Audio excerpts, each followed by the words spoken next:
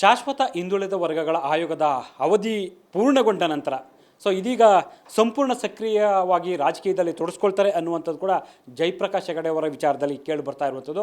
ನಿನ್ನೆ ಅಷ್ಟೇ ರಾಜ್ಯ ಕಾಂಗ್ರೆಸ್ ಉಸ್ತುವಾರಿ ರಣದೀಪ್ ಸಿಂಗ್ ಸುರ್ಜೇವಾಲಾ ಅವರನ್ನ ಭೇಟಿಯಾಗಿರುವಂಥದ್ದು ಕೂಡ ಮುಂಬರುವಂತಹ ಉಡುಪಿ ಚಿಕ್ಕಮಗಳೂರು ಲೋಕಸಭಾ ಕ್ಷೇತ್ರಕ್ಕೆ ಅವರು ಅಭ್ಯರ್ಥಿ ಆಗ್ತಾರೆ ಅನ್ನುವಂಥದ್ದು ಬಹುತೇಕ ಖಚಿತವಾದಂತೆ ಕಾಣಿಸ್ತಿದೆ.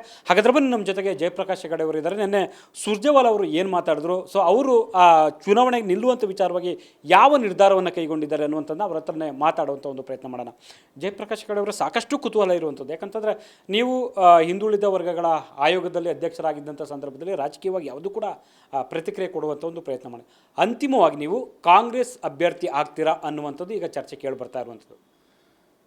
ಇನ್ನೂ ತೀರ್ಮಾನ ಮಾಡಿಲ್ಲ ನಾನು. ಯಾಕಂದರೆ ಅವಧಿ ಮುಕ್ತಾಯ ಆಗಿ ಸ್ವಲ್ಪ ದಿವಸ ಆಯಿತು. ನನಗೆ ನಿನ್ನೆ ಉಡುಪಿಯಲ್ಲೂ ಅದನ್ನೇ ಹೇಳಿದ್ದೇನೆ. ನಮ್ಮ ಫ್ಯಾಮಿಲಿ ಆ್ಯಂಡ್ ಫ್ರೆಂಡ್ಸ್ ಜೊತೆ ಚರ್ಚೆ ಮಾಡಬೇಕಾಗಿ ಹಿಂದೆನೂ ನಾನು ಯಾವುದೇ ತೀರ್ಮಾನವನ್ನು ತಗೊಳ್ಳುವಾಗ ನಮ್ಮ ಸ್ನೇಹಿತರ ಜೊತೆ ಚರ್ಚೆ ಮಾಡದೆ ಇನ್ನೂ ತೀರ್ಮಾನ. ಯಾಕಂದರೆ ಅಂತಿಮವಾಗಿ ಅವರೇ ಅಲ್ವಾ ನಮಗೆ ಸಹಾಯ ಮಾಡುವಂಥದ್ದು ಕ್ಷೇತ್ರದಲ್ಲಿ. ಅವರೆಲ್ಲರ ಹತ್ರ ಚರ್ಚೆಯನ್ನು ಮಾಡಿ ತೀರ್ಮಾನ ತಗೊಳ್ತೇನೆ ಅಂತ ನಿನ್ನೆನೂ ಹೇಳಿದ್ವಿ, ಇವತ್ತು ಅದೇ ಅಭಿಪ್ರಾಯವನ್ನು ಹೇಳ್ತಾ ಇದ್ದೇನೆ. ಸ್ವಲ್ಪ ಸಮಯ ಬೇಕು, ಒಂದು ವಾರ ಸಮಯ ಬೇಕಾಗ್ತದೆ ಇನ್ನು. ಅಂದರೆ ನಿನ್ನೆ ಸುರ್ಜೇವಾಲಾ ಅವ್ರನ್ನ ಭೇಟಿಯಾಗಿದ್ರಿ, ಅವರ ಬಳಿಯನ್ನು ಕೂಡ ಇದೇ ವಿಚಾರವನ್ನು ಹೇಳಿದ್ರೆ, ಇದೇ ಅಭಿಪ್ರಾಯವನ್ನು ವ್ಯಕ್ತಪಡಿಸಿದ್ರೆ ತಾವು? ಹೌದು, ಅದೇ ವಿಚಾರನೂ ಹೇಳಿದ್ದೆ ನಾನು.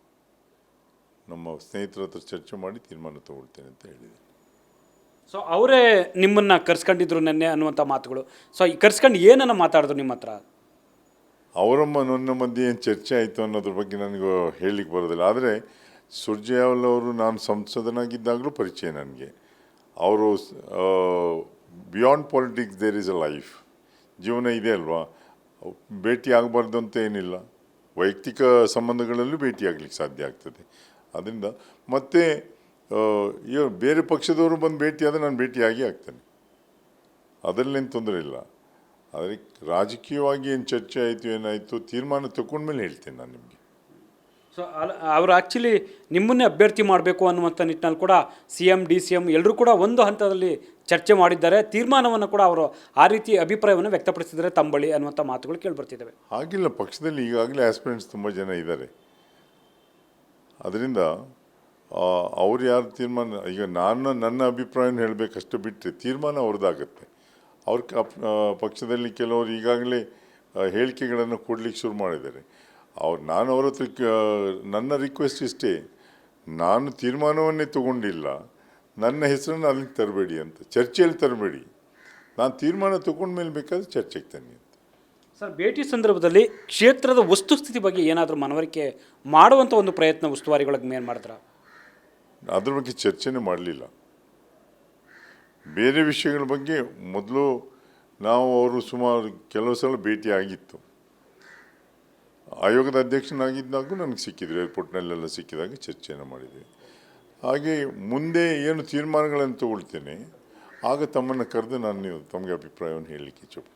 ಸರ್, BJPಗೆ ಸೇರ್ಪಡೆ ಆಗಿದ್ರೆ ಬದಲಾದ ಸನ್ನಿವೇಶದಲ್ಲಿ ಈಗ ಮತ್ತೆ ಕಾಂಗ್ರೆಸ್ಗೆ ವಾಪಸ್ ಆಗುವಂಥ ನಿಟ್ಟಿನಲ್ಲಿ ಯಾವಾಗ ಏನಾದರೂ ಕಾಂಗ್ರೆಸ್ಗೆ ಸೇರೋದಕ್ಕೆ ದಿನಾಂಕ ಅಥವಾ ಏನಾದರೂ ನಿಗದಿ ಆಗಿದೆ? ಅದು ಅಂಥದ್ದೇನೂ ಆಗೇ ಇಲ್ಲ, ಇನ್ನು ಆ ಚರ್ಚೆ ಆಗಿಲ್ಲ.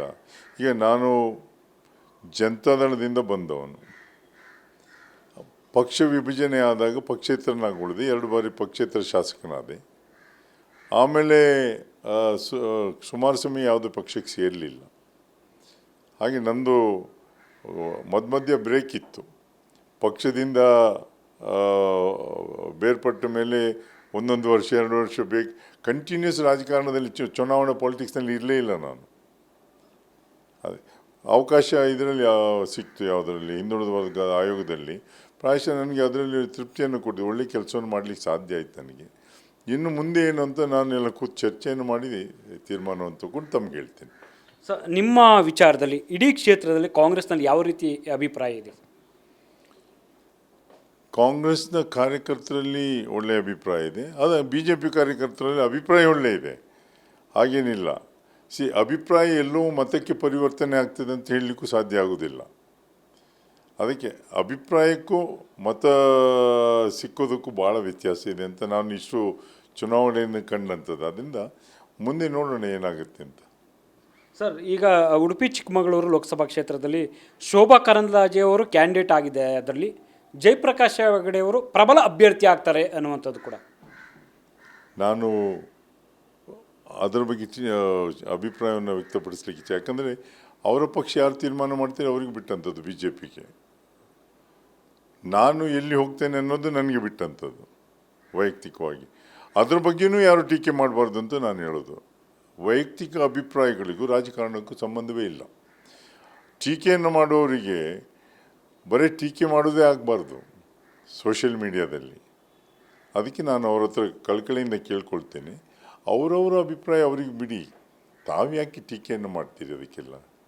ಅಂದರೆ ಜಯಪ್ರಕಾಶ್ ಹೆಗಡೆಯವರು ಮಾನಸಿಕವಾಗಿ ಈಗ ಕಾಂಗ್ರೆಸ್ ಕಡೆ ಕಾಲಿಟ್ಟಿದ್ದಾರೆ ಅಂತ. ಯಾಕಂದರೆ ನೀವು ಒಂದು ಮಾತು ಹೇಳ್ತಿದ್ದಿರೋದು ಅವರ ಪಕ್ಷ ತೀರ್ಮಾನ ಅನ್ನೋ ರೀತಿಯಲ್ಲಿ ಹೇಳ್ತಾ ಇದ್ರಿ, ಹಾಗಾಗಿ ಈ ಪ್ರಶ್ನೆ ಕೇಳಬೇಕಲ್ಲ. ನೀವು ಹೇಳಿದರೆ ಬಿ ಜೆ ಪಿಯಲ್ಲಿ ಶೋಭಾ ಕರಂದ್ಲಾಜೆ ಅವರು ಅಭ್ಯರ್ಥಿ ಆಗ್ತಾ ಇದ್ದಾರೆ ಅಂತ ನೀವು ಹೇಳಿದ್ದು ನನಗೆ. ನಾನು ಕೇಳಲೇ ಇಲ್ಲ ನಿಮ್ಮ ಹತ್ರ. ಆದರೆ ನೀವು ಅದನ್ನು ಹೇಳಿದಾಗ ಬಿ ಜೆ ಪಿ ಪಕ್ಷಕ್ಕೆ ಬಿಟ್ಟಂಥದ್ದು ಅಂತ ಹೇಳಿದೆ. ನನ್ನ ತೀರ್ಮಾನ ಇನ್ನಾಗಬೇಕಷ್ಟೇ. ಯಾಕೆ ಜಯಪ್ರಕಾಶ್ ಹೆಗಡೆಯವ್ರನ್ನ ಬಿ ಜೆ ಪಿ ನಾಯಕರು ಸಂಪರ್ಕಿಸುವಂಥ ಪ್ರಯತ್ನ ಏನು ಆಗಿಲ್ವಾ ಅಂತ?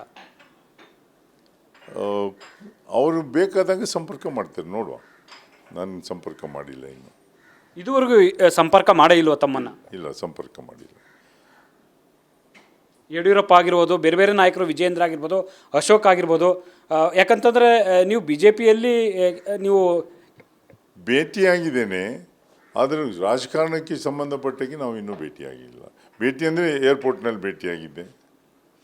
ಅದು ಬಿಟ್ಟರೆ ಬೇರೆ ಕಡೆಯಲ್ಲಿ ಎಲ್ಲಿಯೂ ವೈಯಕ್ತಿಕವಾಗಿ ನಾವು ಭೇಟಿಯಾಗಿಲ್ಲ. ಅವ್ರು ಕರೆದೂ ಇಲ್ಲ, ನಾನು ಹೋಗೂ ಇಲ್ಲ. ಅಂದರೆ ಬಿ ಜೆ ಪಿ ನಾಯಕರಿಗೆ ಎಲ್ಲೋ ಒಂದು ಕಡೆ ಜಯಪ್ರಕಾಶ್ ಹೆಗಡೆಯವರು ಕಾಂಗ್ರೆಸ್ ಕಡೆಗೆ ಮುಖ ಮಾಡ್ತಿದ್ದಾರೆ ಅನ್ನುವಂಥ ಕಾರಣಕ್ಕಾಗಿ ಏನಾದರೂ ಬಹುಶಃ ಆ ಅಂತರವನ್ನು ಕಾಯ್ದುಕೊಂಡಿದ್ದಾರೆ ಅನಿಸುತ್ತಾ? ಅದು ಅವರೇ ತೀರ್ಮಾನಕ್ಕೆ ಬಂದುಬಿಟ್ಟು ನಾನೇನು ಮಾಡಲಿಕ್ಕಾಗೋದಿಲ್ಲ.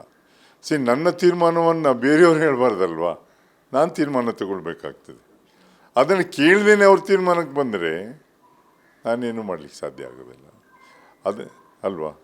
ಜಯಪ್ರಕಾಶ್ ಹೆಗಡೆಯವರು ಬಿ ಜೆ ಪಿ ನಾಯಕರು ಸಂಪರ್ಕ ಮಾಡದೇ ಇರಲಿ, ಆದರೆ ಕಾಂಗ್ರೆಸ್ ನಾಯಕರ ಸಂಪರ್ಕದಲ್ಲಿ ನಿರಂತರವಾಗಿದ್ದಾರೆ ಅನ್ನುವಂಥದ್ದು. ಕಾಂಗ್ರೆಸ್ ನಾಯಕರು ನನ್ನ ಸಂಪರ್ಕದಲ್ಲಿದ್ದಾರೆ. ಅಂದರೆ ಊರಿನಲ್ಲಿ ಎಲ್ಲ ಕಾರ್ಯಕರ್ತರು, ಎಲ್ಲ ಪಕ್ಷದ ಕಾರ್ಯಕರ್ತರು ನನ್ನ ಸಂಪರ್ಕದಲ್ಲಿದ್ದಾರೆ.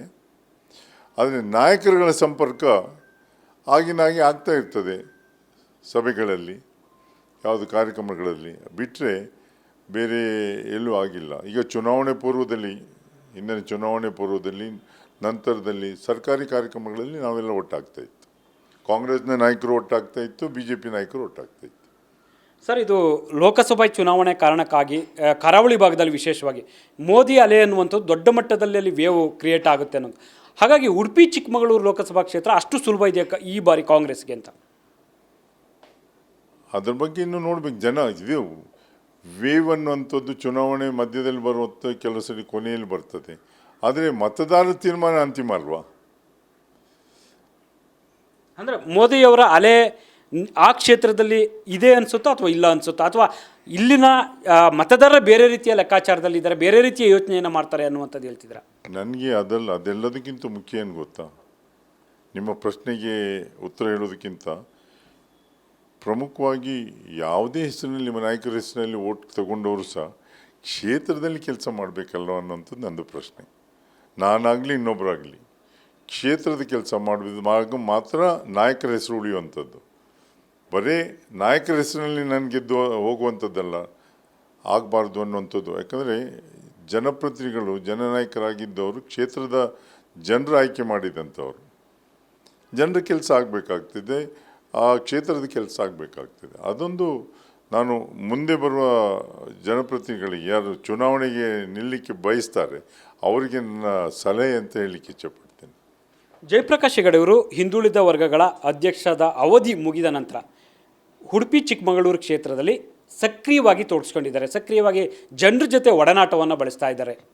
ಒಂದೇ ಸಲ ಹೋಗಿದ್ದೆ ನಾನು. 29ಕ್ಕೆ ವರದಿಯನ್ನು ಕೊಟ್ಟದ್ದು. 2ನೇ ತಾರೀಕಿಗೆ ಚಿಕ್ಕಮಗಳೂರಿನಲ್ಲಿ ಮೊನ್ನೆ ನಮ್ಮ MNC ಅವರ ಭೋಜೇಗೌಡರ ಮಗಳ ಮದುವೆ ರಿಸೆಪ್ಷನ್ಗೆ ಹೋಗಿದ್ದೆ. ಅಲ್ಲಿಂದ ಊರಿಗೆ ಹೋದೆ, ಮಾರನೇ ದಿವಸ ವಾಪಸ್ ಬಂದಿದ್ದೇನೆ. ಜಯಪ್ರಕಾಶ್ ಹೆಗಡೆಯವರು ಅಭ್ಯರ್ಥಿ ಆಗಿದ್ದೇ ಆದಲ್ಲಿ, ಕಾಂಗ್ರೆಸ್ ಅಭ್ಯರ್ಥಿ ಆಗಿದ್ದೇ ಆದಲ್ಲಿ, ಸೊ BJP ಅಭ್ಯರ್ಥಿಯನ್ನು ಸಮರ್ಥವಾಗಿ, ಪ್ರಬಲವಾಗಿ ಎದುರಿಸುವಂಥ ಆತ್ಮವಿಶ್ವಾಸ ಇದೆಯಾ? ಶುರುವಿಗೆ ನಾನು ತೀರ್ಮಾನ ತಗೊಳ್ತೇನೆ, ಆಮೇಲೆ ನಿಮ್ಗೆ ಉತ್ತರವನ್ನು ಹೇಳ್ತೇನೆ. ಸೊ ಇದಿಷ್ಟು ಕೂಡ ಜಯಪ್ರಕಾಶ್ ಹೆಗಡೆ ಅವರ ಸ್ಪಷ್ಟವಾದ ಮಾತುಗಳು. ಕ್ಯಾಮ್ರಾ ಪರ್ಸನ್ ಶಿವನನ್ ಜೊತೆ Harish Kakol, news first, Bengaluru. News first ನಿರ್ಭೀತಿಯಿಂದ ನಿಮ್ಮ ಪರವಾಗಿ.